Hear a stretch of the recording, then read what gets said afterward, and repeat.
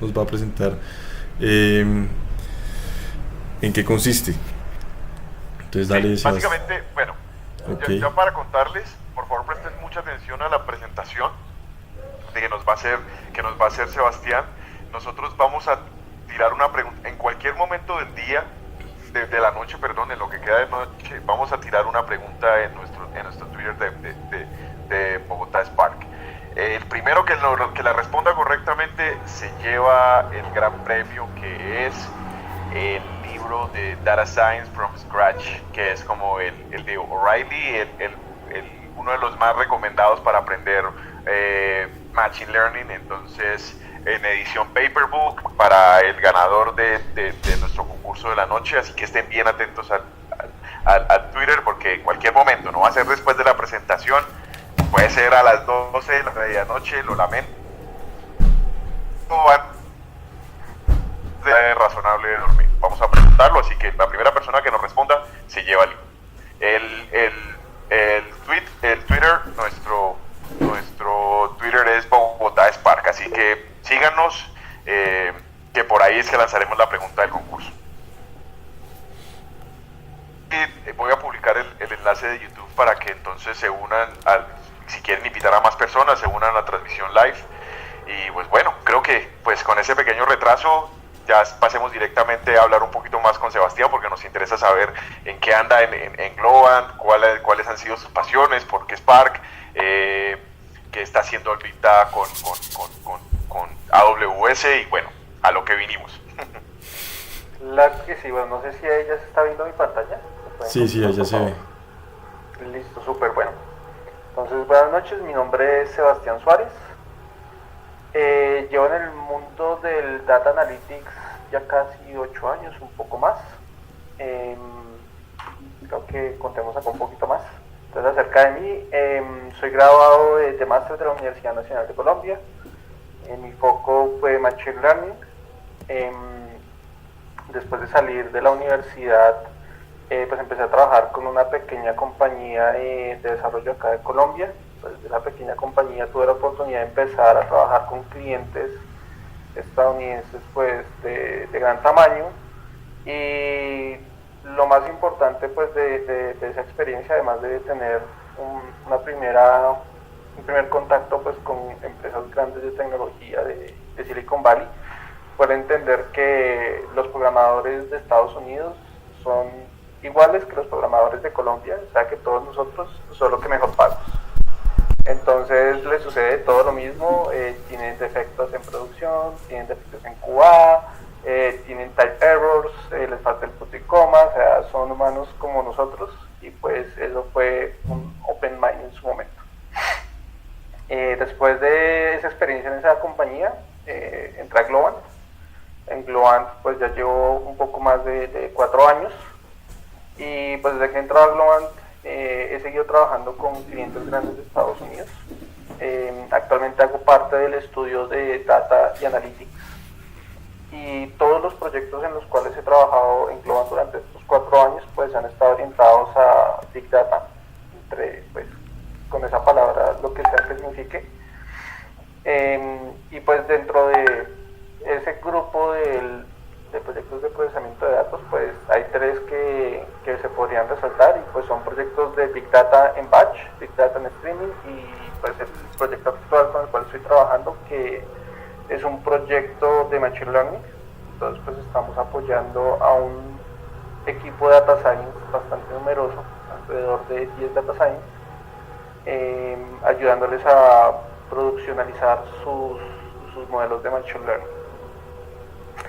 Mis intereses en tecnologías de sistemas distribuidos, no los llamo tanto Big Data, sino sistemas de procesamiento distribuido.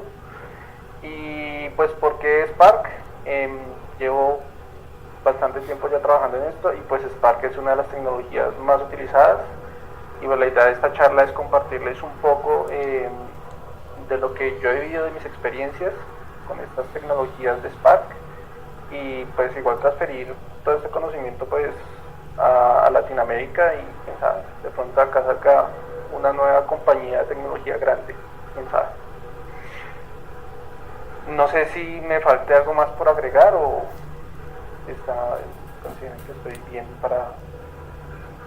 Yo terminaría con preguntar de qué manera ves el futuro del framework como tal y cómo lo ves integrado con el ecosistema y cómo lo ves integrado con las compañías. ¿Sí? ¿Cómo ves el panorama para Data Engineering en general y específicamente para los adeptos a Apache Spark? Bueno, esa es una buena pregunta. Lo que yo siempre digo es, más que enfocarte en una tecnología en específico, deberías enfocarte en aprender los conceptos bases de esa tecnología, porque hoy en día es Spark, el día de mañana va a ser Apache Beam, como hace un par de años fue Apache Hadoop. Realmente todas estas tecnologías, sus fundamentos teóricos son muy similares, por no decir los mismos. Y lo importante es que si se logra tener eso claro, hacer pivot o cambiar de una tecnología a otra no es tan costoso, siempre y cuando se sigan las buenas prácticas de desarrollo de software y pues todo esto que nos enseñaron en la universidad, porque al fin y al cabo la ingeniería de software nació porque pues el software realmente cambia, y el software cambia pues porque o no se entendió bien el negocio desde el inicio, o pues porque simplemente como la naturaleza todo cambia. Entonces pues las empresas van cambiando y van reajustando su negocio, por lo cual yo diría, en vez de enfocarse en aprender una tecnología en específico y centrarse, sería más aprender las bases, tenerlas claras, y cada vez que haya saliendo una nueva tecnología, porque creo que estamos en una época donde cada año sale un nuevo framework, es tener esas bases claras para que cuando salga ese framework realmente se pueda analizar y dar un juicio de valor realmente válido, y no porque es lo último que salió, sino porque realmente está solucionando un problema de negocio real que se tiene pues en el proyecto que se está ejecutando en su momento. Eso pues sería como mi respuesta. Excelente respuesta. Muchas gracias, Sebastián. Yo creo que ya, pues, sin más preámbulos, como dijo el dermatólogo. Listo, al grano. Entonces, así es. Vamos. Pues buenas noches. Bueno, hoy les voy a hacer una presentación patrocinada por Globant. Ahí las dos fotos que pueden ver pertenecen a uno de los sites de Globant. En este momento Globant tiene 3 sites en Bogotá y 2 en Medellín. Y pues los invitamos a que se presenten a Globant, nos contacten. Seguimos buscando buenos ingenieros de datos, en general buenos programadores. Requisito importantísimo, saber inglés y tener muchas ganas. El inglés es primordial porque mucha de la documentación de las nuevas tecnologías sale primero en inglés, entonces ahí sí eso no es negociable. Y pues los invitamos a participar, a que trabajen con nosotros, y pues trabajamos con clientes de Estados Unidos, también latinoamericanos, bastante grandes y pues buenas condiciones. Entonces ese sería el fin de la publicidad pagada. Y ya siguiendo un poco más con el tema de la presentación, lo que vamos a hablar hoy es orquestando pipeline de datos utilizando Amazon Step Functions y Amazon Glue. Bueno, acá ya hablamos un poco de mí, de lo que he hecho, y pues es importante resaltar cuál es el objetivo o lo que se espera transmitir al final de esta presentación. Y pues el objetivo es describir a la audiencia cómo puede orquestar flujos de datos complejos utilizando Amazon Glue y Amazon Step Functions.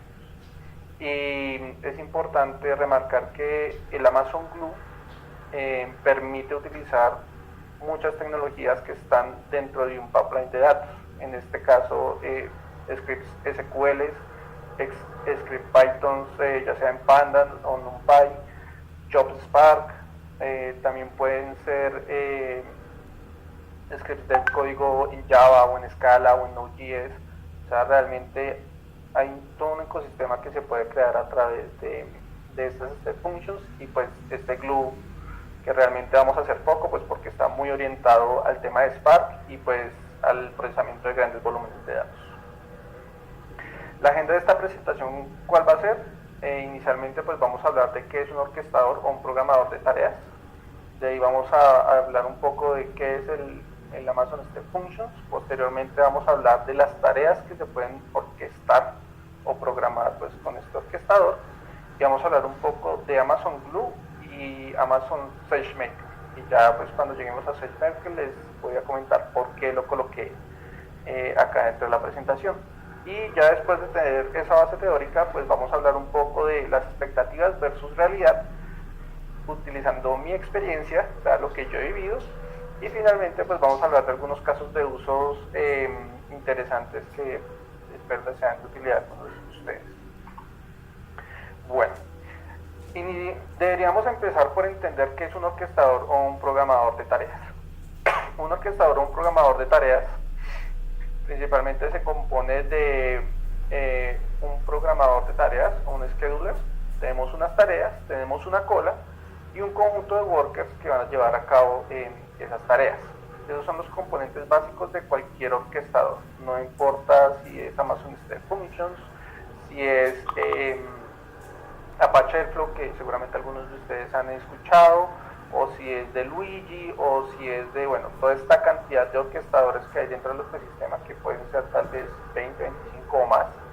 Pero todos los orquestadores en su core deben tener por lo menos de alguna forma estos 4 componentes. ¿Listo? Adicionalmente es importante que mencionemos un concepto que son los Directed Acyclic Graphs. Si todos o la audiencia ha trabajado pues con Spark, van a tener eso súper claro, pero pues básicamente los orquestadores utilizan esa representación de grafos acíclicos dirigidos pues para hacerle seguimiento a las tareas, porque realmente una secuencia de tareas pues es un grafo dirigido acíclico. El dirigido pues porque yo tengo una flecha de origen y destino, y acíclico pues porque no voy a tener ciclos infinitos. Sí puedo tener algún tipo de repeticiones, pero la idea es que no tenga ciclos infinitos. Ese sería como el resumen general de qué es un tag. Ahora bien, entrando un poco más en detalle de qué es un AWS Step Function, vamos a tomar la definición pues, que se da en la página de Amazon. Y el Amazon Step Function es un organizador de funciones sin servidor que hace fácil secuenciar funciones AWS Lambda y otros servicios de aplicaciones claves para empresa. En términos generales, estos múltiples servicios son casi todos los servicios que se ofrecen dentro de Amazon Web Services, y con la flexibilidad de, por ejemplo, Amazon Lambda, es virtualmente posible integrarse con cualquier sistema a través de llamados REST, SOAP, o si quieres RPC o lo que se te ocurra. Y aspectos importantes a resaltar dentro de este Amazon Step Functions es que es una herramienta para representar máquinas de estados finitos. ¿Listo? Estas Amazon Step Functions se definen utilizando archivos JSON. Ahí que disculpen que se me fue el JSON esquemas, no, es archivos JSON, los JSON esquemas. Y esas Step Functions son soportadas por el Poto 3, que es el Amazon SDK pues, para ejecutar tareas de CloudOps de forma automática. ¿Listo?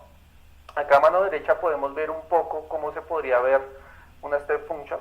Acá vamos viendo pues, un JSON, y el JSON pues, te da la definición de la Step Function, y al lado dentro del editor, dentro del Amazon, pues vemos cómo se representa ese DAG, y esto es un DAG, o sea, es una secuencia de pasos acíclicos dirigidos, y pues básicamente es una máquina de estado finitos, tiene un inicio y un fin, o sea, no es algo que se queda ahí haciendo intentos hasta el infinito, no, una máquina de estado finitos, como su nombre lo dice, es finita, tiene un fin, es importante que tengamos eso claro. Y las máquinas y estas Step Functions pueden ser usadas para orquestar flujos muy sencillos, como pues el que se ve acá, que es para abrir un ticket, o flujos increíblemente complejos, como pues el que se muestra acá, donde tenemos cron rules utilizando CloudWatch, o sea, es decir, tenemos eventos que se disparan en el tiempo a cierta hora específica en cierto día, y eso puede generar un montón de interacciones que se pueden, con las cuales se les puede hacer seguimiento con las Step Functions, y donde pueden estar interactuando una gran cantidad de sistemas de Amazon, desde Lambda, Redshift, ahí puede estar Glue, ahí puede estar MR, Athena, lo que se les ocurra. Casi todos los servicios de Amazon pues están integrados con el Amazon Step Function. Ahora, ¿en qué puede ser orquestado o programado con este Amazon Step Function o en general con un orquestador? Para el caso del Step Function, y vamos a hablar específicamente pues, de lo que atañe a la comunidad de Spark, vamos a hablar de Amazon Glue. El Amazon Glue es una tarea, o sí, una clase de tareas, porque realmente es una clase de tareas que pueden ser orquestadas. ¿Qué es el Amazon Glue? El Amazon Glue es un servicio serverless para procesamiento de datos.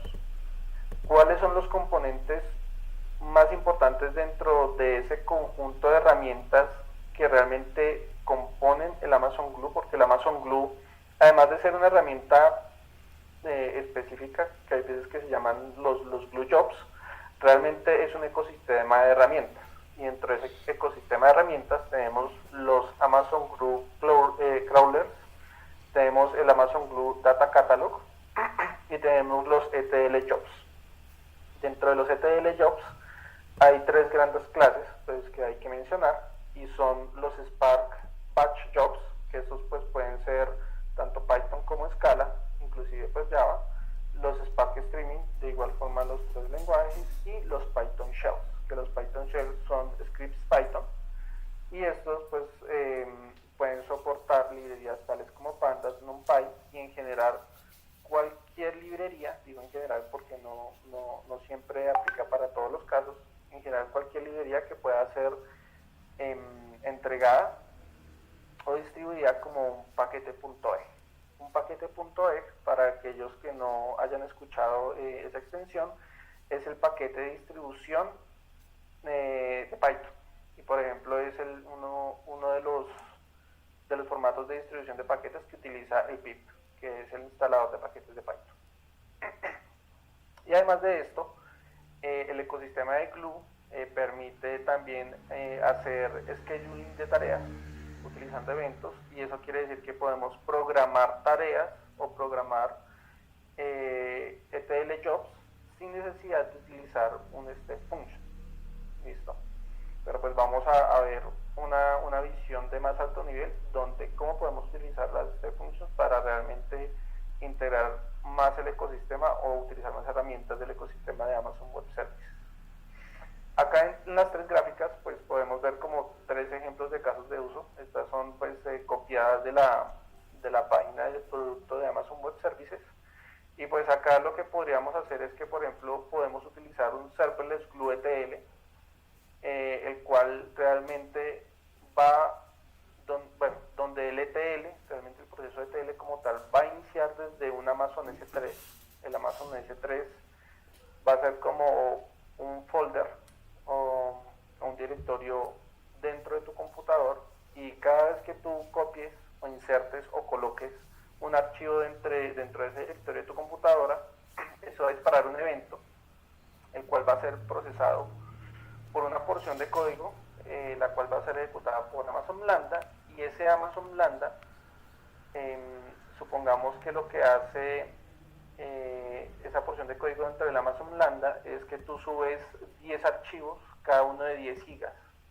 Entonces la porción de código que va a ser ejecutada por el Amazon Lambda lo que te va a hacer es detectar los nombres, identificar algunas propiedades que te puedan ser útiles, y posteriormente para el procesamiento de esos archivos grandes, cada uno de 10 gigas, vamos a utilizar una herramienta como el Amazon Glue ETL, que el Amazon Glue ETL es un clúster Spark serverless. Y hago mucho énfasis en el serverless porque realmente al ser serverless se pierden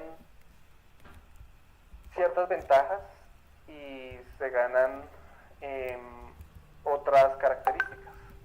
Dentro de las ventajas que se pierden cuando haces el paso a una arquitectura serverless es que al ser serverless se pierde mucho control de infraestructura.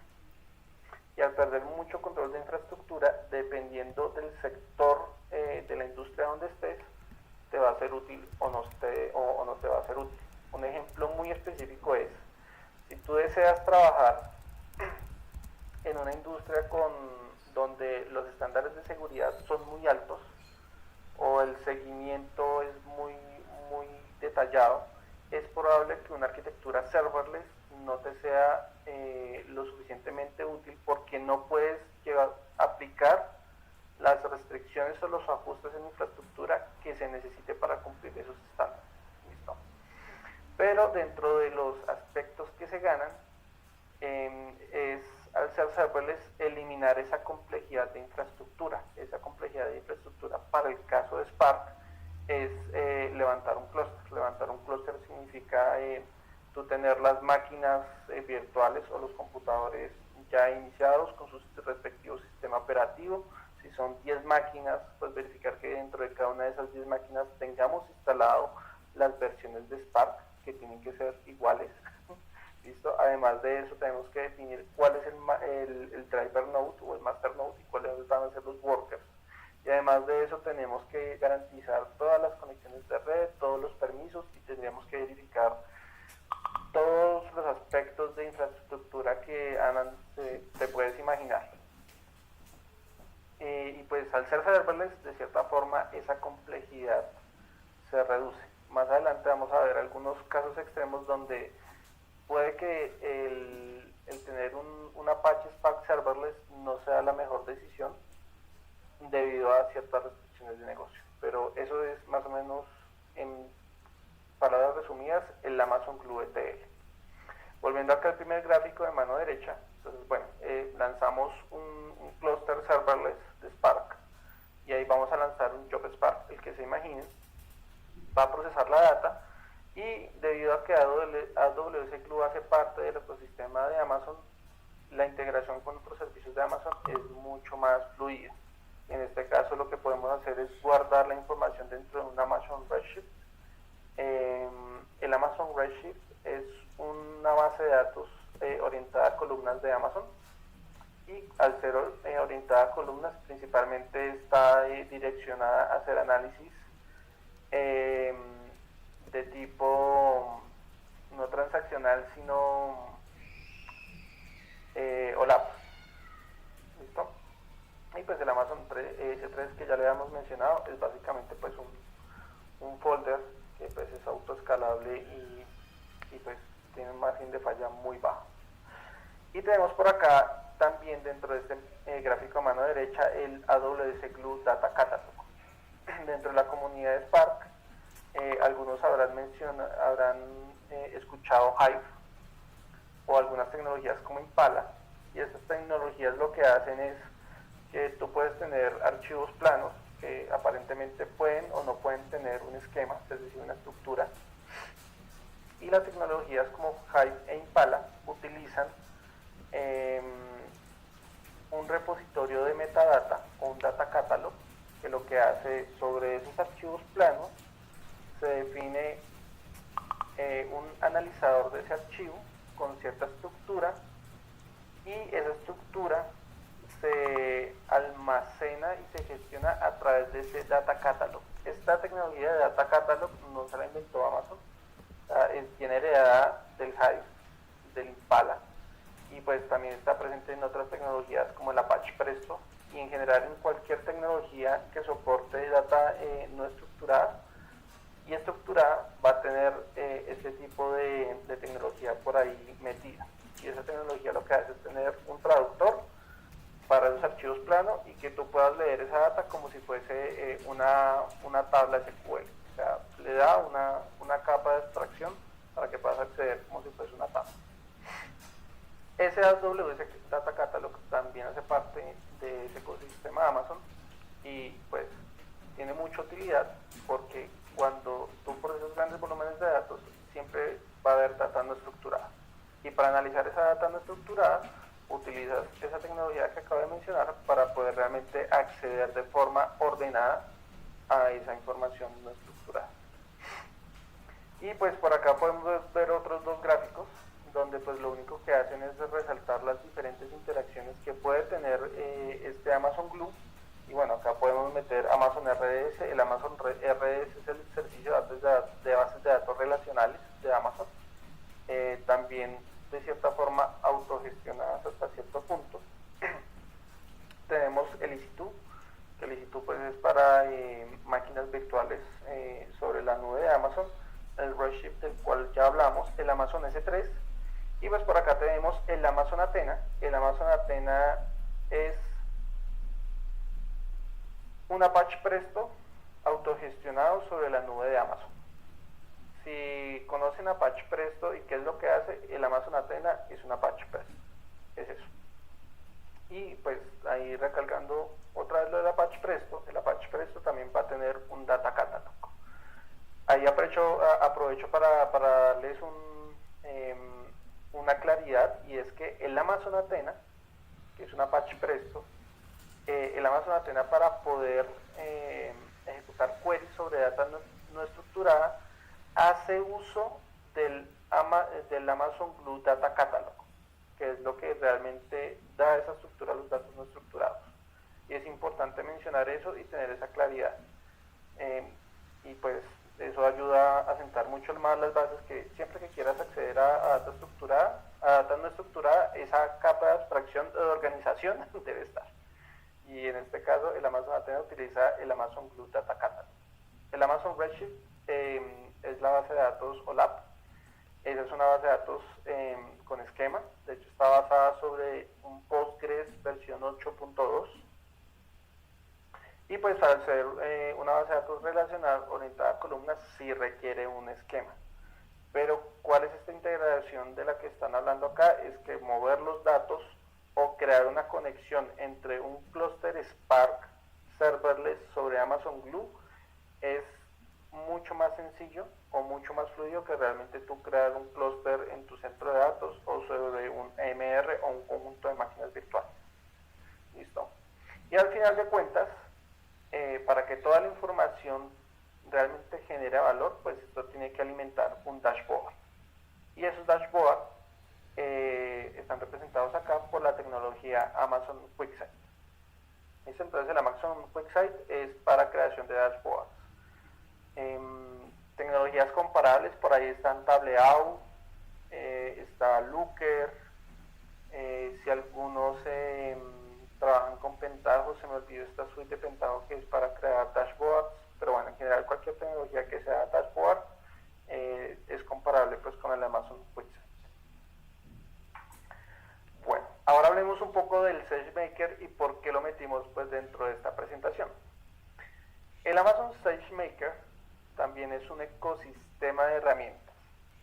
La diferencia más grande es que el Amazon SageMaker está mucho más orientado a crear y poder colocar en producción modelos de aprendizaje de máquinas, pero no está restringido solamente a eso. Dentro del ecosistema de SageMaker, las tecnologías más importantes o que más resaltan es el SageMaker Notebooks, que eso realmente es un Jupyter Notebooks. Entonces, si algunos de ustedes han utilizado notebooks Jupyter sobre Spark, cualquiera de las distribuciones, van a saber cómo utilizar un SageMaker Notebook. Al igual que los Jupyter Notebooks, los SageMaker Notebooks se pueden conectar a un clúster de Spark. Ese clúster puede ser un clúster EMR, un clúster sobre máquinas virtuales, o un clúster pues que esté en otro centro de datos, siempre y cuando se puedan hacer todos los ajustes de infraestructura y de conectividad. O también se pueden lanzar Glue Jobs para hacer las ejecuciones de scripts Spark pues sobre una arquitectura serverless. Además de eso, pues ofrece algunas herramientas que son bastante útiles, por ejemplo, para hacer el seguimiento de experimentos, para hacer el seguimiento del tuning del modelo. Específicamente lo que es tuning es el ajuste de los hiperparámetros, para monitorear cómo va el modelo, y bueno, en general otras herramientas que te pueden ayudar a facilitar esa creación y puesta en producción de los modelos de aprendizaje de máquina.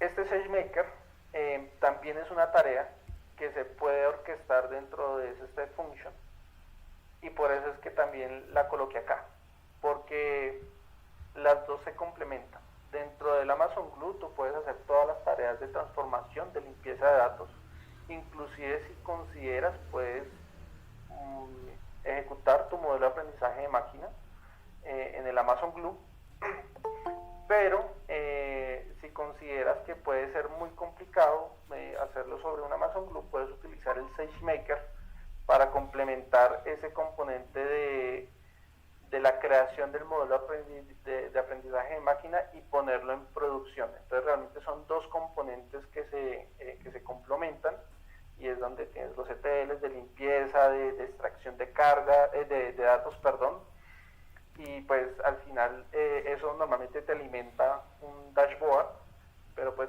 actualmente los negocios y la industria está pidiendo que además de esos dashboards se generen modelos de algún tipo, ya sea descriptivo, predictivos, y bueno, todo ese ecosistema de modelos que puede existir por ahí. Y eso es importante resaltarlo porque dentro de lo que vamos a ver acá, pues lo que se aprenda también se puede utilizar para despliegue de modelos de aprendizaje de máquina. Expectativas versus realidad. Entonces pues ya les comenté como más o menos lo que se publicita dentro de la página de Amazon, pero en la realidad te vas a encontrar con escenarios de distintas naturalezas. Acá en una tabla les resumí más o menos los escenarios que me he topado yo, y en esta tabla lo que hago es organizarlas por las necesidades que requiere el proyecto para esa orquestación de flujos. Entonces pues la primera es si se puede ejecutar un paso específico, porque pues algunos negocios van a decir es que yo necesito ejecutar el paso 10 en cualquier momento por la razón que sea. Entonces es una necesidad que se puede dar. Otra necesidad que se puede dar es si el DAC, que es lo que estamos hablando pues de la secuencia de pasos dirigidos con inicio y fin, es si ese DAC se puede disparar de forma automática, es decir, si se puede generar un trigger. Adicionalmente, si hay un seguimiento o se le puede hacer un seguimiento visual al DAC, y también en términos de logs, si se puede reintentar un paso en específico, si se pueden manejar errores dentro de esa orquestación del flujo, pues porque al fin y al cabo tanto los pasos ETL como el entrenamiento y los modelos de aprendizaje de máquina son software, o sea, no hay nada que hacer, y pues el software no es perfecto. Y si el software es perfecto, en dado caso, la infraestructura no. Entonces, pues los centros de datos fallan, hay inundaciones, entonces pues hay que manejar ese tipo de errores. Otra pregunta que surge normalmente es si se puede interactuar con sistemas externos o si realmente este orquestador permite que se pueda hacer esa interacción. Adicionalmente, si se puede permitir la ejecución repetida de ese DAC por periodos de tiempo largos. Ahora voy a hacer un énfasis específico en este punto. Es decir, si yo que sé, el cliente te pide es que necesito ejecutar un DAC durante 180 días. ¿Por qué? No sé, pero eso es una pregunta que sale. Entonces, si se puede hacer eso con la tecnología de orquestador de flujos. Si es posible escalar un paso en específico de forma horizontal, eso quiere decir que si yo tengo un paso, es posible que ese paso pueda escalar a 10 instancias de ese mismo o 100 instancias dependiendo de la carga. Esa es una pregunta que también sale normalmente.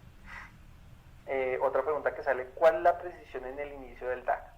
Y esa es una pregunta que hay que tener mucho cuidado. El hecho de programar una tarea en un instante de tiempo específico no significa que se vaya a ejecutar inmediatamente después, porque lo que muchas veces se olvida es que los orquestadores lo que hacen es gestionar un clúster o un grupo de máquinas que están compartidas. ¿Y cuál es la importancia de eso? Que si en un momento dado todas las máquinas de cómputo están llenas de trabajo. Por más que tú quieras lanzar una tarea, pues no hay espacio computacional. Y es importante resaltar eso y tener eso en cuenta, porque entonces algunos negocios requieren una precisión exacta para darle inicio a ese DAC, y otras son un poco más laxas. Ejemplo, yo necesito lanzar un DAC a las 8 de la mañana sí o sí, sí o sí. Y otras es, no, pues miremos si después de las 8 de la mañana pues se puede lanzar. Si se demora 10 minutos o 15 minutos en ser lanzado, pues no es el fin del mundo, siempre y cuando termine correctamente pues el DAC. Adicionalmente se pregunta si realmente el DAC puede recibir inputs, que pues esto puede impactar la configuración o ejecución del DAC. Entonces, por ejemplo, un parámetro de fecha para procesar un batch específico de datos, o recibir otros parámetros que sean de tipo configuración, por ejemplo, datos de referencia, bueno, lo que se les ocurra. También se pregunta si se pueden compartir variables entre los pasos. Eso también es algo que siempre sale por ahí a relucir, y pues los últimos tres, que son gestión de errores, gestión de notificaciones y seguimiento a los DACs, que esas preguntas también salen normalmente, y es si realmente se puede lograr o no. Acá pues la tabla resume mi experiencia con respecto a los step functions y el Airflow, que es uno de los más conocidos y con los cuales he trabajado. En cuanto al ejecutar un paso en específico, ni las step functions ni el Airflow. O sea, eso es increíblemente difícil de encontrar, y pues hasta el momento no me he encontrado un caso donde este ítem no se pueda reformular en otro tipo de problema que sí pueda ser soportado pues por estas tareas, porque es que ejecutar un paso en específico es muy extraño. Normalmente cuando tú tienes un pipeline de datos hay una dependencia entre por lo menos un paso adicional. Generalmente son más pasos, entonces este requerimiento normalmente queda muy perdido en el aire, pero pues puede que suceda, y si sucede pues ni las step functions ni el Airflow resuelven ese escenario en específico. Reintentar un paso, bueno, acá cometí un error, lo siento, las step functions sí lo permiten y el Airflow también lo permite. Manejo de errores, bueno, sí. Permitir ejecuciones repetidas por un largo tiempo. Ni el Airflow ni las step functions. Las dos tecnologías tienen un time frame o un tiempo máximo en el cual un DAC puede estar en ejecución en ejecución, o que puede estar vivo.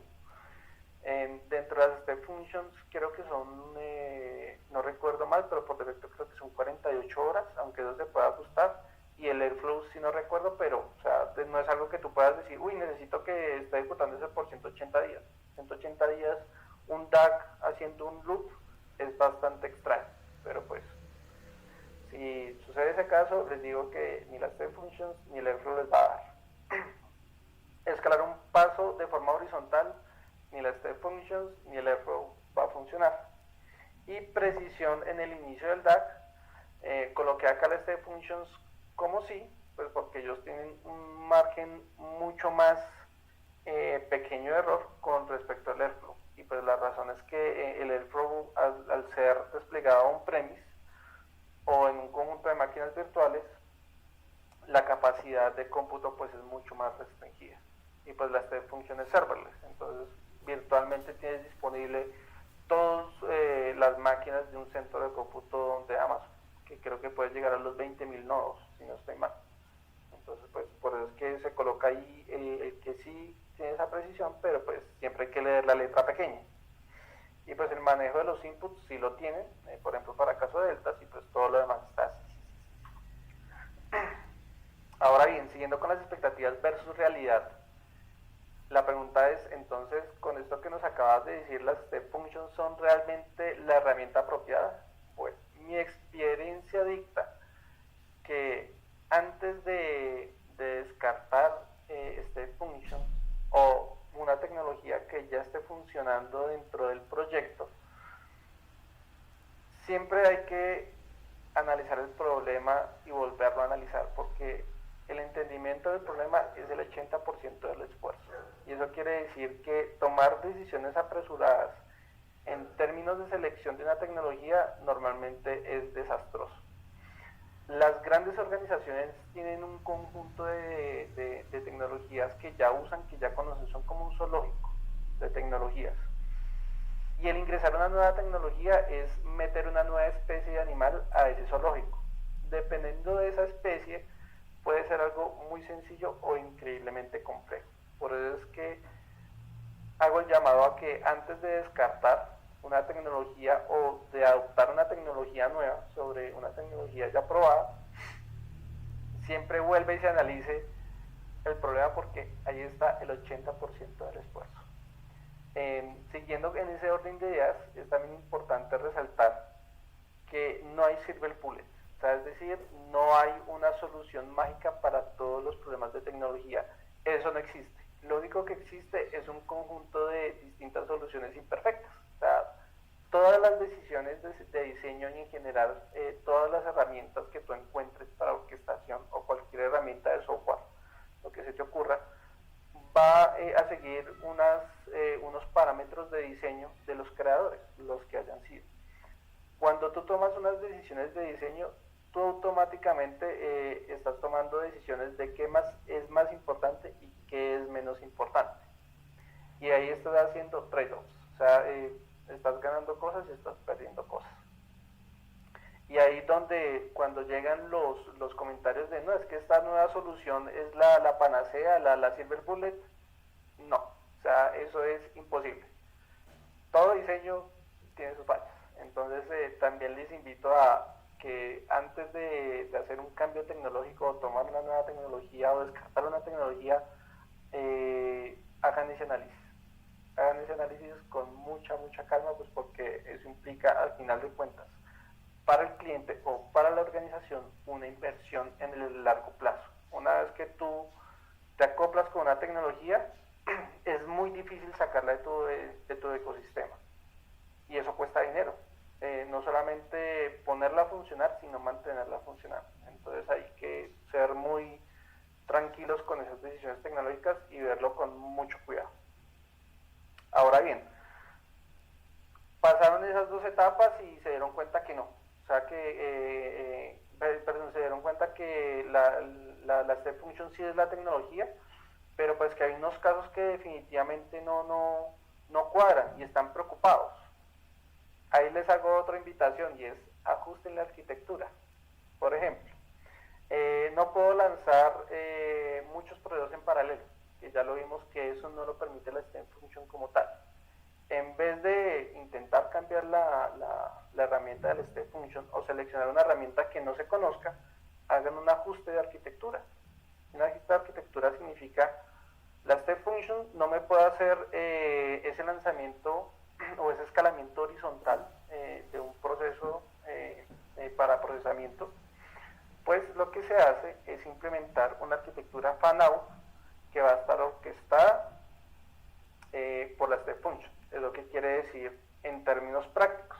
En términos prácticos querría decir que, por ejemplo, la step function lo que va a hacer es leer un archivo de un folder, lo va a cargar en S3. Después de eso la step function va a llamar a otro componente de software, puede ser una lambda, puede ser una EC2, que va a tomar ese archivo de, por ejemplo, 1 terabyte y lo va a dividir en 10 archivos de 100 gigabytes. Y después de eso la step function se va a encargar de hacer un llamado a otro componente de software que se encargue de realmente hacer ese llamado fan out, o hacer que esos 10 archivos cada uno de 100 gigabytes o que sean 1000 archivos o 1.000.000 de archivos más pequeños sean distribuidos dentro de un clúster de procesamiento de tareas. Entonces ahí les doy un ejemplo de, porque algunas veces llegan, no, necesitamos lanzar tareas separadas, entonces esta function no funciona. No, espere, calma. Tal vez es más fácil hacer un ajuste en la arquitectura y cambiar la forma de ver el problema a descartar esto de una vez. Otro ejemplo que puede suceder es, yo no puedo lanzar un solo paso. Ya les dije que pues esto es algo muy extraño que se pueda pues realmente presentar, donde solamente lanzar un paso en específico, y pues si el retree no es suficiente, lo que se puede hacer es reajustar la arquitectura de nuevo y separar ese gran DAC o un solo o esa gran secuencia de pasos en pequeñas secuencias de pasos que estén más acopladas desde la lógica de negocio o desde la dependencia de los datos. Entonces, ahí lo que se va a lograr es, no se va a lograr perfectamente lanzar un solo paso, pero sí se va a lograr lanzar de forma separada un solo segmento de pasos, sobre todo un DAC. Entonces un DAC puede estar compuesto de 25 o 30 pasos y esos pueden tomar un día o una semana. Entonces con este reenfoque, con este nuevo enfoque de arquitectura, en vez de demorarte un día o una semana reprocesando o lanzando todo el DAC, separas eso en componentes más pequeños y lo que haces, listo, es que este segmento B del DAC, que realmente son 5 pasos, necesito reejecutarlo, porque dentro de esos 5 pasos, uno específico necesito lanzarlo, listo, láncelo. ¿Cuánto se demora? 5 minutos, problema solucionado. Y seguimos utilizando el mismo stack tecnológico. Y finalmente, pues en evalúa, ajustar la arquitectura, siempre considera acoplar otras herramientas de software a la Step Function o tu orquestador de preferencia. ¿Y por qué? Porque es que no hay silver bullet, no hay solución mágica. Lo que sí puedes encontrar es un zoológico de herramientas donde cada una es muy buena para algo.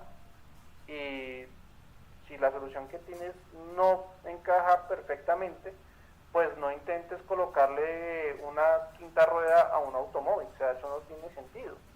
Más bien, adquiere o busca la herramienta que realmente te soluciona ese problema y pues acóplala dentro de un ecosistema.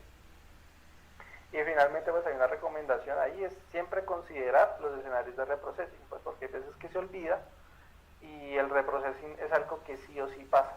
¿Por qué puede pasar? Desde mi experiencia les puedo decir que hay de todo. Desde que la fuente de datos se dañó, hasta que hubo un fallo en infraestructura, hasta que, como en todos los proyectos de software, no se entendieron los requerimientos desde un inicio, entonces hay que hacer ajustes de código, infinidad de cosas. Por lo tanto, siempre tengan en cuenta o consideren los escenarios de reproceso. Es muy importante. Continuando con las expectativas versus realidades, bueno, ya analizamos todo el tema del orquestador. La siguiente pregunta es, bueno, ese Amazon Glue, ¿será que es la herramienta apropiada pues para esto? O sea, si realmente los ETL serverless son la herramienta apropiada. Bueno, mi experiencia les cuento lo que me ha pasado con esas tecnologías serverless, en especial Glue, pero eso aplica para muchas tecnologías serverless porque no son perfectas. Facilitan unas cosas, pero vuelven otras increíblemente complejas. Entonces, escenarios complejos con esas tecnologías serverless. Poner mucho énfasis en los silent errors.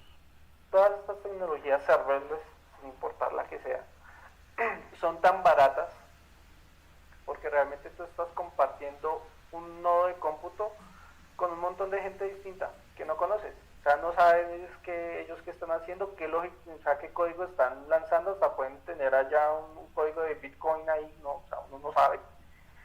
Y dentro de estos escenarios de vida salvaje de código, pues pueden haber errores silenciosos que en algunos casos, y me ha sucedido, no se han logrado solucionar. O sea, no funcionó, lo volvió a lanzar, sí funcionó. ¿Por qué? Ni idea. Entonces ahí también hay que tener eso muy presente, y eso solamente pues uno lo entiende cuando ya lo vive. Mi recomendación para estos casos es, listo, el serverless para cuando es útil, cuando tú estás arrancando, cuando no tienes mucha claridad de cuál va a ser tu carga de datos, de tu complejidad, arranca con serverless, porque es que es mucho más fácil, no tienes que gestionar infraestructura, no te tienes que complicar tanto con el copiado de las dependencias de código a los worker nodes, con todo eso. Entonces es más fácil arranca con eso, listo, y empieza a iterar, empieza a mejorar, pero no eches raíces ahí, sino que eventualmente piensa que eso va a ser mucho mejor moverlo a un EMR. Un EMR pues es un servicio de Amazon que autogestiona un clúster de máquinas virtuales para Spark. Listo. Siguiendo ahí, tenemos detectar los bottlenecks de performance. Es una tarea increíblemente compleja. Y ahí vuelvo y les menciono pues esa selva de código que sucede dentro de esos clústeres de Glue, los cuales tú no tienes control. Entonces realmente tanto el código de tus vecinos como tu código puede estar generando cuellos de botella en desempeño, transferencia de datos, porque te quedas sin RAM, porque la capacidad de lectura de disco se llegó en un instante. Pueden ser un montón de bottlenecks increíbles, y más que todo pues cuando estás procesando muchos datos. Por lo tanto, hay que tener en cuenta que si se dan esos casos, va a ser muy difícil, por no decir prácticamente imposible, detectar esos bottlenecks utilizando una tecnología serverless como el glue. ¿Listo? También el tracing que ofrecen estas tecnologías es muy básico, y hay tracing, por ejemplo, en los despliegues de Spark sobre máquinas virtuales, que es muy bueno. Y lo bueno de tener tu control sobre tu clúster Spark es que, por ejemplo, tú puedes agregar otro software para tracing, entonces que te puede generar gráficas de performance detallado, que se llaman los heatmaps, y puedes hacer otras cosas si el clúster, si tú tienes control sobre la infraestructura o tienes un mayor control sobre la infraestructura. En Amazon Glue tú pierdes ese control, con el objetivo de ser más ágil en la creación de código, pero pues ten en cuenta cuáles son los trade-offs, o sea, cuáles son los pros y cuáles son los contras. Adicionalmente, otro de los aspectos malos del Glue, o más que de los aspectos malos, una recomendación que yo hago con el Glue es: no utilicen la librería del Glue, utilicen solamente alíñense con el Spark estándar, porque si utilizan esa librería AWS Glue, se van a estar echando raíces al Glue, y después simplemente salir de allá va a ser un dolor de cabeza, inclusive muy costoso. Entonces, recomendación siempre, no solamente con el Spark, sino con cualquier proyecto, es intenten alinearse a los estándares, más que a la herramienta como tal. Si se alinean a los estándares, normalmente es mucho más fácil hacer esa migración. Y pues además que encuentran todo un ecosistema mucho más amplio, debido a que los ecosistemas siempre están alrededor de una herramienta estándar, pero las especializaciones normalmente de las herramientas quedan por fuera. Algo que ya he mencionado, el seguimiento de errores es difícil, o sea, realmente es difícil. Otro aspecto importante a resaltar es que la optimización de costos de infraestructura sobre un Amazon Glue serverless es complicado. El modelo de escalamiento de este clúster serverless se hace sobre unas unidades de cómputo que se llaman las DPU. Las DPU tienen una conversión hacia unos recursos computacionales en RAM y en disco. Pero cuando tú recién estás iniciando tu proyecto de ETL, es muy difícil saber tú cuánta capacidad de cómputo necesitas. Y pues más que todo con todas estas situaciones que se dan dentro del Glue, para tú detectar los cuellos de botella y de todo esto. ¿Esto qué implica? Que normalmente cuando tú estás sobre un ecosistema de Amazon Glue o serverless, muchas veces tiendes a utilizar un overcapacity, o sea, es decir, utilizas nodos mucho más grandes de lo que necesitas. ¿Cuánto? Depende del proyecto, pero eso puede significar desde unos cientos de dólares hasta unos miles de dólares. Entonces también es importante mencionar eso, y pues ponerlo sobre la mesa para que se tenga en cuenta cuando pues se va a tomar una decisión de tecnología, o cuando se va a llevar a cabo un proyecto, tener en cuenta esos riesgos y saberlos y tenerlos ahí. Y pues finalmente está ahí el hecho que integrar otras librerías diferentes al core de Spark es difícil, por no decir imposible, sobre este serverless Spark. Entonces hay librerías que tú quieres integrar pero que no hacen parte del core. Hay veces que son imposibles. ¿Quién te da el listado? Amazon te la da dentro de la página de producto, te dice qué librerías puedes realmente integrar con el Amazon Glue y cuáles no. Normalmente Amazon, como regla rápida de decisión, te dice que si una librería es Python puro, se puede integrar con el Amazon Glue, pero pues no dan garantía. Y eso puede tener un efecto importante o poco importante dependiendo de tu proyecto. Si tu proyecto tiene una librería muy específica, muy orientada, Amazon Glue es muy probable que no te sirva, pues porque no lo vas a poder desplegar dentro de esta infraestructura serverless. con esto vamos a empezar a entrar un poco más en algunos ejemplos de casos de uso interesantes, pues ya con todo esto que les he mencionado. Bueno, el básico, que son los ETL pipelines, entonces pues ya lo que les he mencionado y es distintas herramientas trabajando en conjunto. Importante acá resaltar que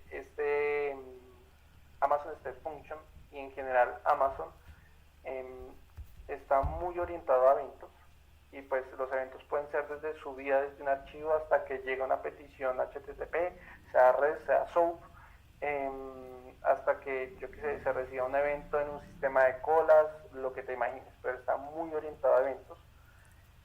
Los manejos de errores y reintentos están, y pues acá podemos ver de otros ejemplos de diferentes ETL pipelines, y pues acá cuando les compartamos la presentación pues van a tener los links a los blogs, están en inglés, pero pues para que si quieran puedan ahondar un poco más.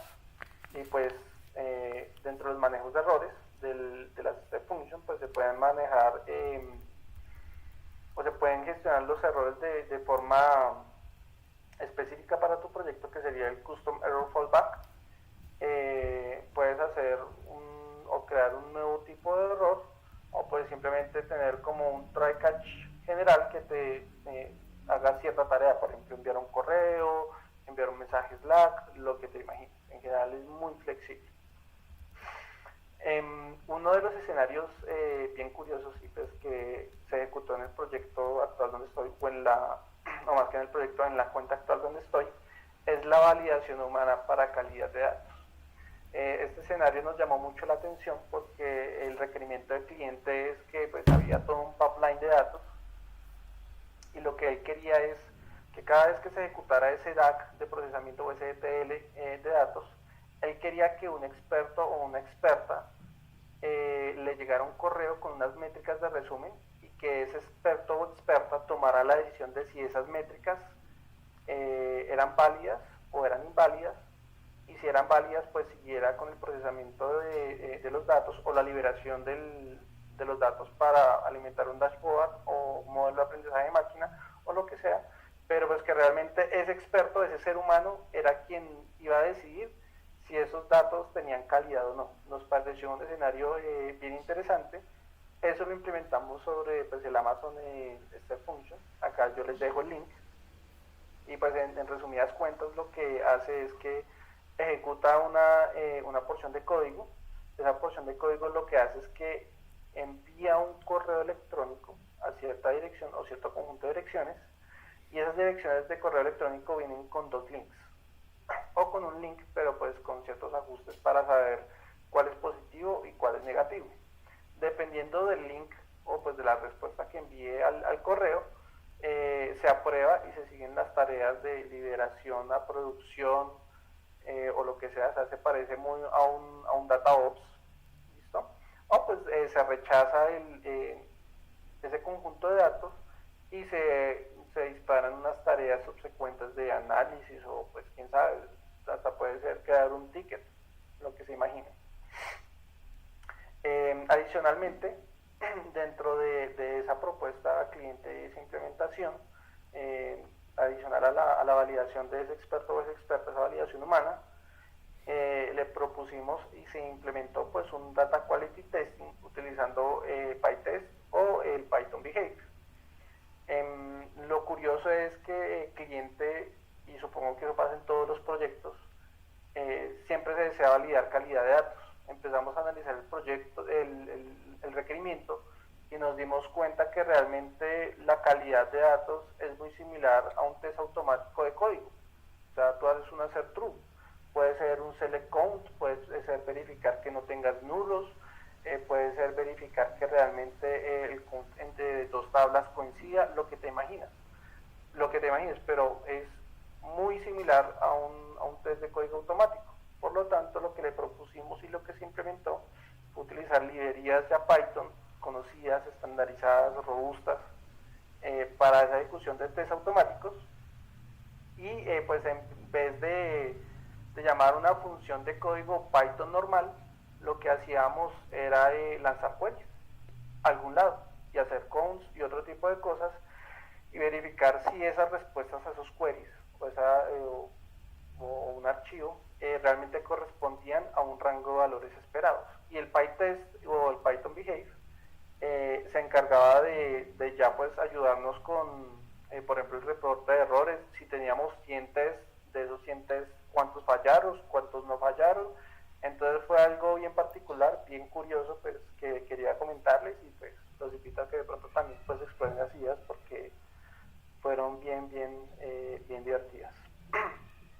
Y pues con este cliente también nos surgió, o pues nos planteó otra necesidad, y era que el equipo de Data Science de ellos utilizaban Jupyter Notebooks, en este caso SageMaker Notebooks, para crear sus procesos de la creación de los modelos de aprendizaje de máquina. El equipo de Data Science, dependiendo del conjunto de datos, se encargaba de limpiarlos, transformarlos, entrenar el modelo, lo que se les ocurra. Y pues lo que ellos querían es, bueno, o sea, ellos tienen ese notebook, ¿cómo lo podemos produccionalizar o poner realmente a ejecutar como un producto? Y ahí pues con la ayuda de algunos expertos de Amazon nos recomendaron el SageMaker Job Processing. Es una tecnología dentro del ecosistema de SageMaker, y eso lo que permite es que tú puedes tomar un código de un notebook y básicamente ejecutarlo en una máquina virtual o en un in situ. Dentro de los aspectos positivos es que este Job Processing se puede integrar de forma muy sencilla con la Step Function. Eso significa que puedes orquestar esto dentro de un proceso mucho más grande. Lo bueno de este Job Processing es que pues tiene un escalamiento vertical. Pues acá esto puede generar discusiones, pero pues mi recomendación normalmente es que si puedes escalar de forma vertical, hazlo hasta que te quedes sin recursos, porque es que el procesamiento con escalamiento vertical es mucho más fácil de trazar y de seguir que pues un procesamiento distribuido. Y pues esto es algo muy bueno porque Amazon te ofrece instancias increíblemente grandes con un montón de gigas, hasta 1 tera de RAM, y los procesadores que se te ocurran. Entonces pues esto permite que un Data Science no se tenga que preocupar tanto por la distribución o el procesamiento distribuido de los datos, sino que piensa en una máquina increíblemente grande donde puede utilizar una NumPy, Pandas, Keras, Scikit-learn, TensorFlow, lo que se le ocurra, y realmente crear una instancia o una máquina virtual con el tamaño o la capacidad de procesamiento lo suficientemente necesaria para procesar su conjunto de datos. Claramente pues eso tiene un límite, pues que es el tamaño máximo de la instancia pues que ofrece Amazon, pero pues aún así lo que hemos encontrado es que funciona para gran mayoría de los casos. Y pues también les invitaría ahí como a simplificar esos procesos, porque muchas veces se tiende a decir, no, es que Spark es la solución para todo. No, pues espera un momento, o sea, si tú puedes escalar a una máquina de 1 TB, pues ¿para qué te vas a poner a orquestar 10 máquinas, cada una con 50 GB de memoria? Eso no tiene sentido.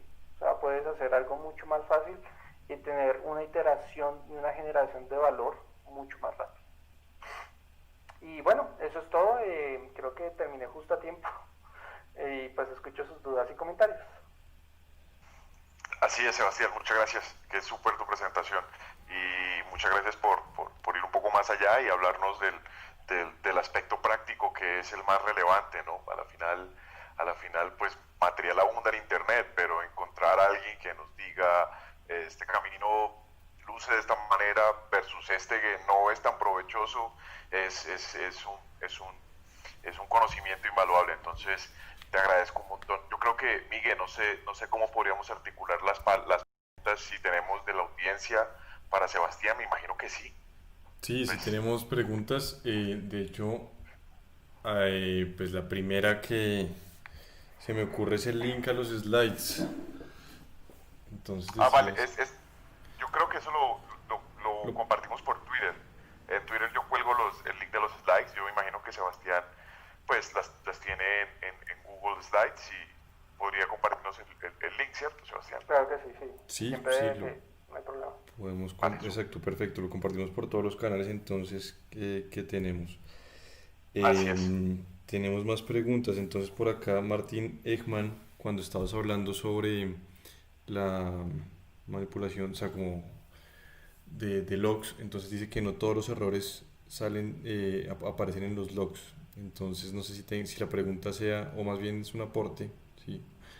Eh, pero ¿qué experiencia tienes entonces, Sebastián, con ese tema del manejo de los logs? No sé si con CloudWatch o em, cuál es la forma Listo, bueno. en la que revisas justo esos errores de Pues logs. ahí lo que hicimos y pues fue una receta que nos inventamos, o pues de hecho me inventé yo y pues ya le he aplicado a dos proyectos y me ha funcionado muy bien. Para cuando el script es en PySpark, básicamente lo que hizo es un decorador y el decorador lo acoplamos a cada uno de las funciones Python dentro del Spark Job y lo que hacemos es que ese decorador es que nos va capturando todo y nos varía, por ejemplo, si hay un cambio de esquema o ese tipo de cosas, nos genera un log mucho más detallado. Me tocaría buscar esa receta, yo la tengo por ahí guardada para Python. Sé que también se puede aplicar para Scala, pero pues eso es lo que utilizamos. O sea, como ese decorador que nos genere unos logs más detallados, pero aún así no es una solución perfecta, pero ayuda. Genial, genial. Muy interesante la solución, Sebastián, y sí, seguro nos interesa. Y entonces acá la cuña es que estas conversaciones siempre siguen por Slack, eh, que es como nuestro, o sea, tenemos varios canales, pero es el lugar en donde continuamos siempre las conversaciones luego de los meetups. Entonces, genial si nos puedes compartir un poco más sobre esto. Por acá, Martín nuevamente pregunta, ¿cuándo conviene usar step functions sobre los workflows de Glue? ¿Cuándo conviene utilizar sobre los workflows de Glue? Uf, es una pregunta bien compleja. Pero step functions específicamente. Entonces, Yo creería que la forma más fácil de escoger uno sobre otro es si necesitas tecnologías que estén por fuera del ecosistema de Glue. O sea, por ejemplo, si te necesitas lambdas, si necesitas un Kinesis, si necesitas un SQS, un SNS, o sea, cuando ya notas que necesitas un ecosistema mucho más amplio, inmediatamente empieza a mirar este function. ok, ok, genial. Andrés Fernando Wilches nos pregunta, nos dice que otra desventaja es la demora al iniciar los glue jobs. Entonces, no sé qué experiencia has tenido con lanzando sus trabajos en Glue. Sí, otra de las complicaciones es que al ser serverless, dependiendo del tamaño del clúster serverless del Spark que quieras lanzar y de la negociación que tenga Amazon con tu cliente, pues el dinero hace magia. Entonces normalmente cuando un cliente es muy grande, pues ellos pueden llegar a negociación con Amazon para que te separen ciertas máquinas y esos Glue Jobs demoren menos en lanzarse. Pero pues si eres un freelance o ese tipo de cosas y necesitas lanzar un Glue Job increíblemente grande, es probable que mientras el Glue encuentre los recursos computacionales para desplegar ese clúster, el job se puede demorar, inclusive a mí me ha pasado una hora en realmente iniciar el procesamiento. Wow, una hora Entonces hay que tener mucho cuidado. es bastante. Y entonces ahí la sugerencia para que no se demore una hora, nuevamente, ¿cuál es? MR. Ok, ok, ok. O sea, por eso te digo, o sea, si quieres iterar rápido, vete con Glue, pero nada es gratis en esta vida. Nada, todo te va a Listo. costar de una u otra forma. No, genial, genial. Creo que está buenísima la recomendación y el comentario. Y entonces Aldo Escobar tiene otra pregunta. Tiene una pregunta. ¿Nos consi- ¿No consideraron Great Expectations o Pandera para testing? Algo del estilo hipótesis testing o property testing. No, eso no lo consideramos porque principalmente pues estaba direccionado a Data Scientists. Entonces los Data Scientists tienen la particularidad que meterle nuevas tecnologías o presentarles nuevas tecnologías no es sencillo. Y el PyTest y el Behave, que realmente es PPT o Behavioral Oriented Testing, no me acuerdo bien, es mucho más fácil escribir test porque son casi como lenguaje natural. Entonces por eso fue que lo escogimos. Pero virtualmente tú puedes utilizar la librería de testing que se te ocurra. Pues porque hace lo que tú esperas. Recibe Genial. un input, ejecuta una acción y verifica si el output es igual a lo que tú esperas. Y si no, pues el test falla. Pero Genial. puedes utilizar cualquier librería que te toque. Genial, genial. Sebastián, muchas gracias. No sé cómo la viste, Aldo. ¿Qué opinas de la respuesta? Y bueno, tenemos más preguntas. David Santiago Sánchez Bedoya nos pregunta, ¿el autoscaling es un tipo de orquestador? El autoscaling, ¿a qué hace referencia? Mm, pues bueno, supongo que la elasticidad de... O está hablando del autoscaling del Beanstalk. eh, bueno, te voy a preguntarle a él, pero yo de ti improvisaría un poquito la respuesta, tipo, no sé, cuéntanos un poco más bien sobre Pues autoscaling. yo asumiría que se refiere a la característica de los productos cloud, porque eso es una característica de los productos Como cloud, la ¿no? elasticidad. Sí, bueno, desde mi perspectiva la elasticidad es más un tema de ventas que realmente una realidad. Todo centro de cómputo tiene una capacidad. O sea, es física, pura y física. O tienes que optimizar, tienes la capacidad. Yo me dirigiría más como a esa capacidad de escalamiento infinita, de tener la cantidad de recursos infinita. Es más qué tan rápido puedes tú agregar o quitar máquinas dependiendo pues de tu necesidad.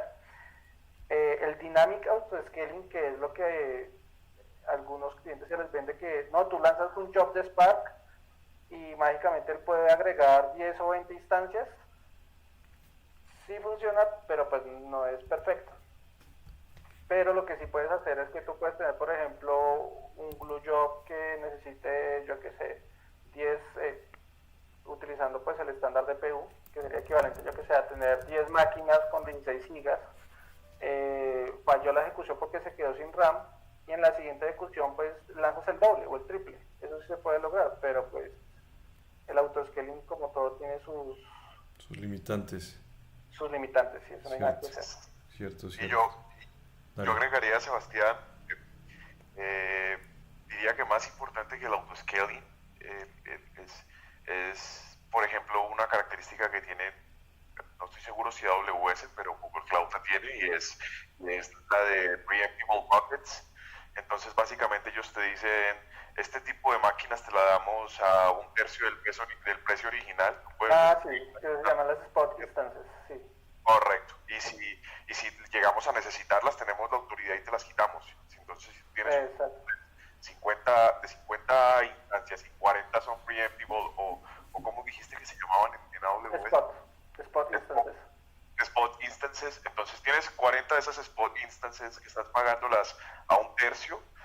Si te quitan 20 o 30, pues no te preocupas, porque Spark tiene que manejar la redistribución de los recursos, y es una promesa de Spark. No. Tú como usuario no lo vas a percibir. Entonces, por un tercio del precio estás obteniendo mucho poder de procesamiento, y bueno, tienes que lidiar con el hecho de que te las pueden quitar, pero a la final sabes que Spark va a hacer eso transparente para ti. Entonces, tal vez por ahí puede estar más bien el asunto. Sí, y ahí tú tocaste un tema importante. Una de las limitantes más grandes en el autoscaling es el presupuesto. Así es. Correcto, porque es que no quieras, pero sí. Sí, Lancemos un exactamente. cluster de $1000 el minuto. Sí. por supuesto. O sea, no cuadra. Correcto. Entonces el presupuesto siempre está por ahí.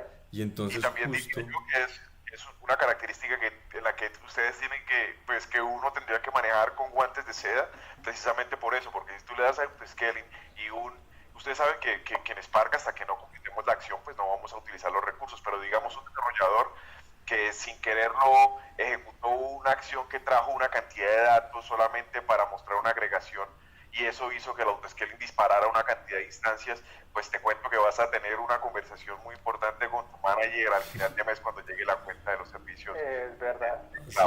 Así es. El tema de costos es clave revisarlo acá en cuando estamos trabajando en la nube. Y entonces por acá Raúl Rodríguez justo tiene una pregunta que va alineada con esto. Entonces pregunta, ¿cómo sabemos si es costoso convertir un data frame de Spark en un Dynamic Data Frame de AWS Glue para poder cargar en RDS? ¿Existe alguna manera de cargar a Eh, RDS sin necesidad de transformar este set de datos a Glue? de qué referente, espérame, viene de un MR, o sea, ¿cómo viene? Sí, ¿De un entonces, Spark? entonces básicamente lo que está preguntando es que eh, si podemos cargar la información directamente a RDS sin tener que utilizar Glue, es lo que Claro que entendí sí. acá, ¿sí? Y entonces te repito la pregunta, mira, ¿cómo sabemos si es costoso convertir un data frame de Spark a un Dynamic Data Frame de Glue para poder cargar en RDS? ¿Sí? Ah, ok, listo. Bueno, mi recomendación, no utilices los Dynamic Data Frame de Glue. No utilices. No, Ok. o sea, sí ofrecen ciertas facilidades, pero realmente las terminas pagando en el largo plazo. Las facilidades es que en vez de tú tener que escribir 4 o 5 líneas de código, una línea de código te hace todo. Eh, pero pues yo te diría más bien, quédate con el estándar Spark. Y para hacer ese cálculo, pues ahí depende de muchas cosas, entre ellas las características de tu conjunto de datos, no solamente el tamaño del conjunto de entradas, sino la naturaleza. ¿Por qué la naturaleza? Tú puedes tener 10 filas y 2 columnas, pero a una de esas columnas tú le puedes aplicar un explode o una transformación que te puede convertir esa columna en 10 rows o en 10 columnas. Entonces tú tienes que hacer esa proyección de cómo va a convertirse todo eso. Y de ahí con el Amazon Pricing Calculator, pues lo que haces es estimar cuál va a ser la cantidad de DPUs que vas a necesitar. Porque realmente Glue, por lo que está dentro de la red privada del centro de datos de Amazon, no, creo que no te cobra por red. Entonces por red no te tienes que preocupar, te tienes que preocupar más bien por el tamaño del cluster serverless que está representado en las DPUs. Pero eso te soluciona la pregunta. Genial, genial. Entonces, Raúl, ¿cómo viste la pregunta, cómo viste la respuesta? Eh, y entonces por acá, a ver qué más tenemos. Tenemos a Juan Camilo Sánchez Jaimes que dice que qué tan recomendable es utilizar jobs de Glue bajo demanda, utilizando funciones lambda para procesar parquets. Parquet, sí, el estándar Parquet supongo. Es mejor un approach de manejarlo con step functions. Entonces, ¿qué tan recomendable es utilizar jobs de glue bajo demanda utilizando funciones lambda para procesar parquets? Bueno, listo. Ahí traería sobre la mesa uno de los temas que ya hablamos. Hay que tener mucho cuidado con el presupuesto, mucho cuidado. Cuando haces ese tipo de lanzamiento automático de infraestructura, siempre es muy bueno eh, tener el presupuesto bajo control. Hay una experiencia de un proyecto de streaming que tuve, es que los costos de streaming de una plataforma de procesamiento de datos en streaming es muy difícil de estimar, increíblemente difícil.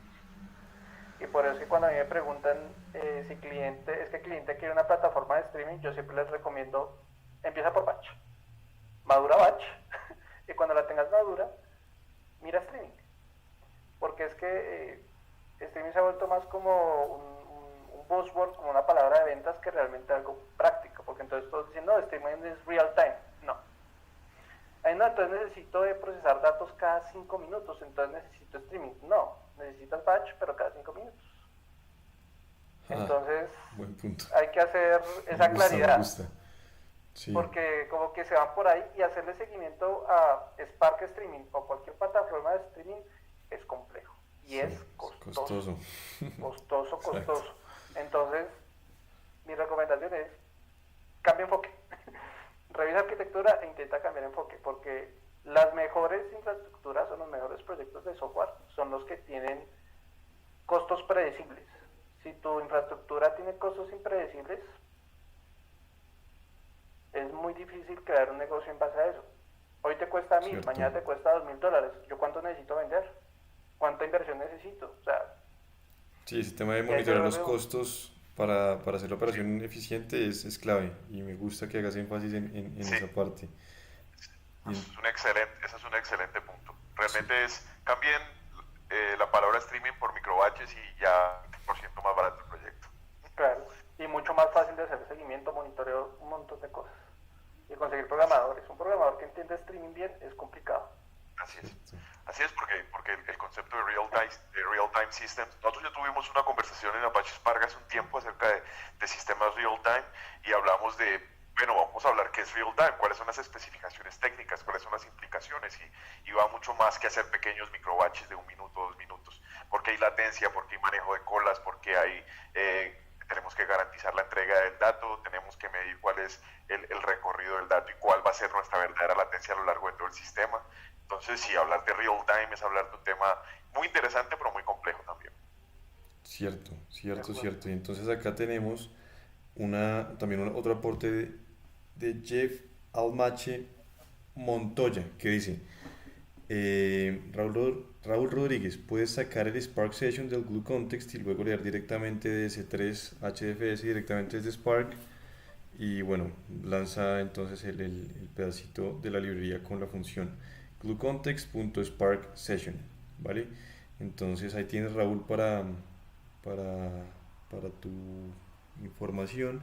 Y entonces Raúl justo estaba también diciendo, y también de hecho Elkin Ortiz también nos hace como el aporte, y dicen que Glue 2.0 tiene mejor velocidad.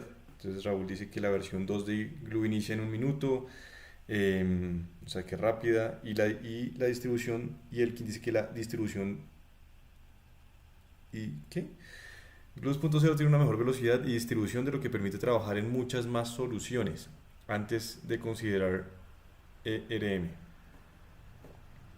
Bueno, sí, o sea, eso depende mucho del negocio. En lo personal, gusto personal, prefiero EMR porque es mucho más fácil de hacerle seguimiento. Y una plataforma estable es una plataforma que tú puedes hacerle seguimiento y trazar. Pero eso depende mucho del negocio y de la fase del proyecto en el que esté. Entonces puede ser que Amazon Glue pueda hacer la mejor decisión, pero pues de preferencia yo siempre digo EMR, pero entre gustos y disgustos. Genial. Por ahí. Pero entonces la corrección acá es EMR, ¿no? O sea, EMR, no ERM. Sí, EMR. Listo. Sí, EMR. Listo, bueno, yo creo que estamos listos. No sé si José, Juan, estoy extrañando. Juan, Creo que ¿quieres hacer algún? ¿Hay más preguntas?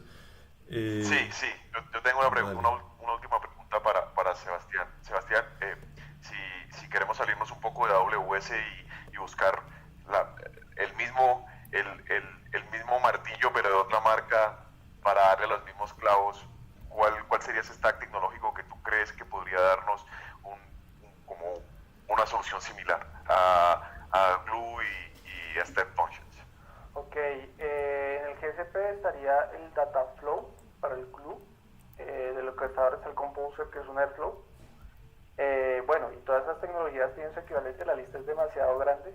Por ahí también está Cloud Functions, Cloud Run, que son de GCP, pero ahí sí depende de tu negocio. En general, todas las nubes son homologables, o sea, todas las tecnologías de una son homologables con la otra.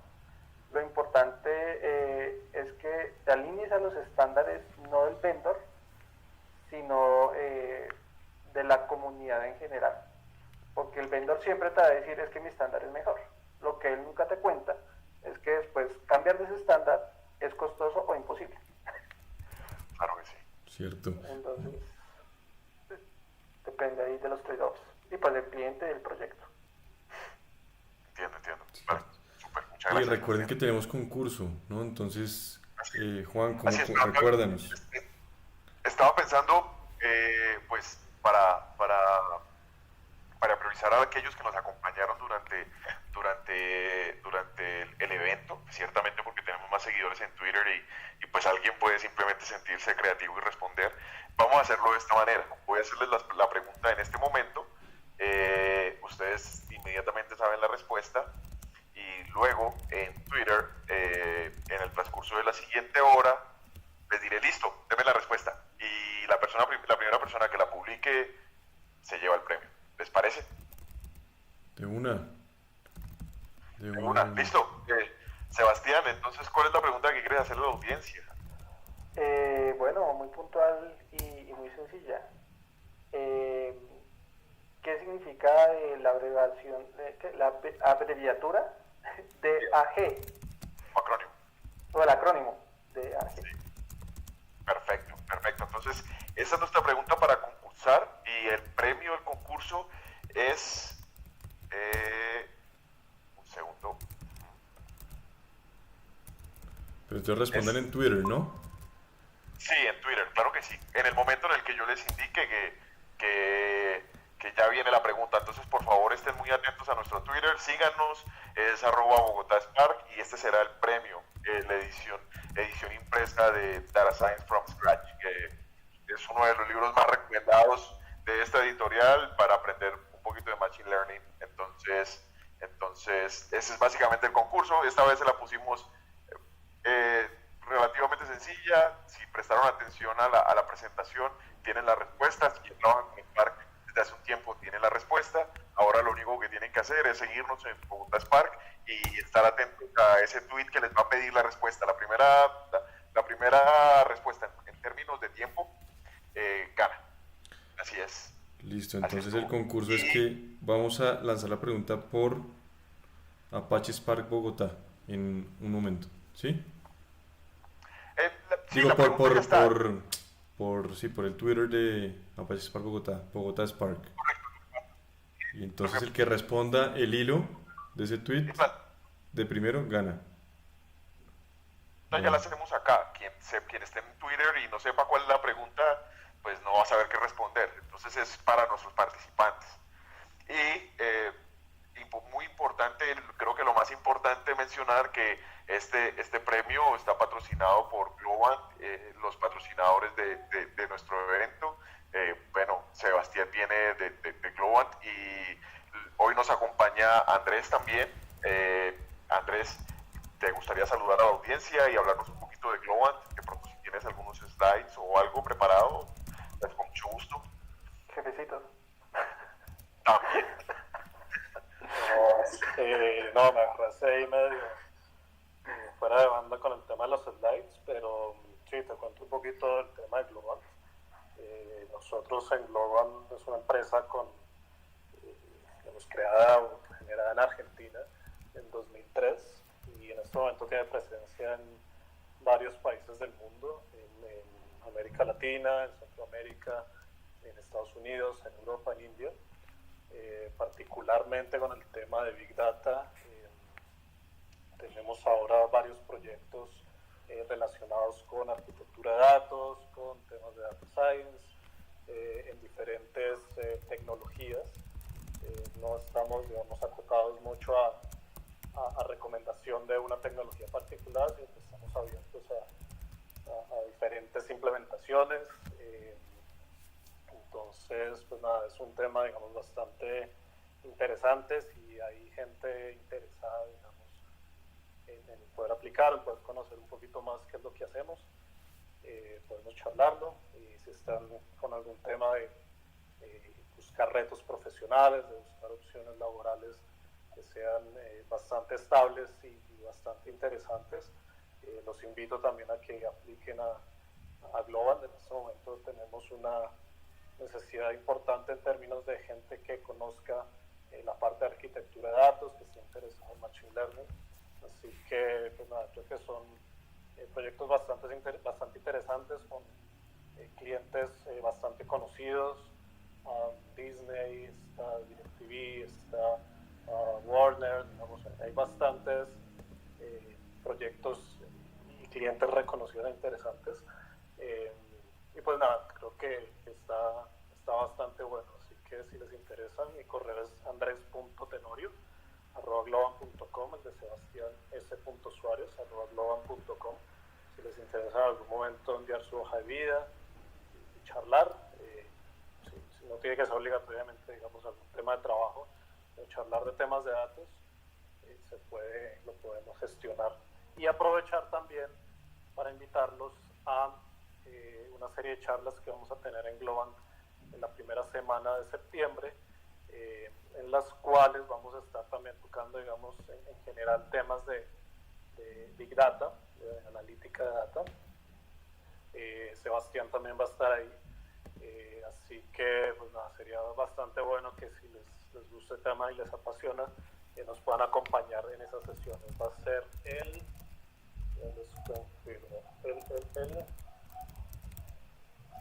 primero, 1, 2 y 3 de septiembre. Entonces podemos ahí coordinar y lanzar también seguro la invitación para que puedan acompañarnos. Y nada, eso es lo que quería comentarles. Genial, Andrés. Entonces acá la invitación también es para que se unan al canal de Slack y ahí justo Daniela Mariles nos había compartido en el canal de trabajos. Entonces el workspace de Apache Spark Bogotá se unen fácil utilizando launchpass.com/Apache Spark Bogotá. Ahí encuentran la invitación y pueden entonces ir a trabajos y aplicar a Globant. Mandan entonces su CV a andrestenorio@globant.com y bueno, Andrés, Sebastián, todos quienes quieran publicar acá ofertas de trabajo, adelante, para eso está la comunidad. Y continuamos justo las charlas por acá. Milton nos pregunta que si hay link para sus eventos, entonces porfa, Andrés, compártenos los eventos por acá, por random, ¿sí? Y Sí, yo apenas continuemos. tenga la información del link, la comparto ahí por el canal y así Genial, pueden inscribirse. genial, genial. Bueno, entonces muy pendientes de Twitter, que pronto estaremos Así es, lanzando el concurso. Gracias a todos. así es. Buena noche. Muchas gracias. De nuevo, muchas gracias a Globant y a quienes lo representan hoy, a Sebastián. Sebastián, excelente conversación. Ojalá tengamos la oportunidad de presentar conversaciones así más seguido. Y muchas gracias, Andrés, también por el patrocinio. Nos veremos hasta la próxima ocasión. Miguel, ¿qué sigue? ¿Cuál es el próximo evento? Como para darles un abrebocas a la audiencia. Bueno, tenemos eventos ya para lo que queda del año. Entonces, estén súper pendientes nuevamente del Slack, de todos nuestros canales. Los estaremos anunciando todos por ahí. Y pues tenemos justo también una segunda parte de esta charla que va a ser pronto. Así que estén pendientes. La va a dar Milton, así que bueno, súper conectados con eso. También tenemos unos excelentes expositores internacionales, gente muy muy cool que va a participar justo en estas sesiones. La próxima charla es justo de Solar, Apache Spark con Solar, ¿vale? Esa la va a dar Agustín Rodrigo Martínez. Él es una persona que nos acompaña desde Ecuador, súper activo en la comunidad, le encanta estos temas. Vamos a tenerla justo el 2 de septiembre, así que súper pendientes, súper pendientes. Y bueno, luego viene la de Milton, luego les tenemos un invitado súper especial, sorpresa, para el 23 de septiembre. Y se vienen más invitados súper cools. Entonces, Excelente. muchísimas gracias, Sebastián. Estuvo genial tu charla y continuemos entonces por Slack. Abrazo a todos, buena noche. Chao, Feliz noche. chao. Gracias.